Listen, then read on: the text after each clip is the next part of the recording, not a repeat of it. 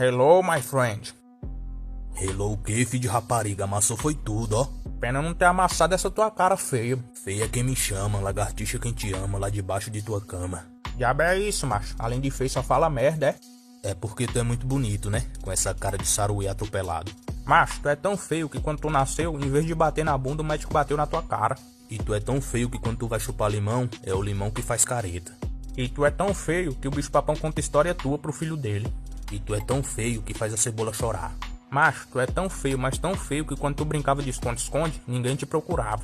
Macho, tu é tão feio que o Rexona te abandona. E tu é tão feio que quando tu vai no zoológico, todo mundo grita, o gambá escapou. E tu é tão feio que nem a cuca quer te pegar. E tu, macho, é tão feio que quando tu manda foto por e-mail, o computador detecta vírus. Tu é tão feio que te denunciam como spam.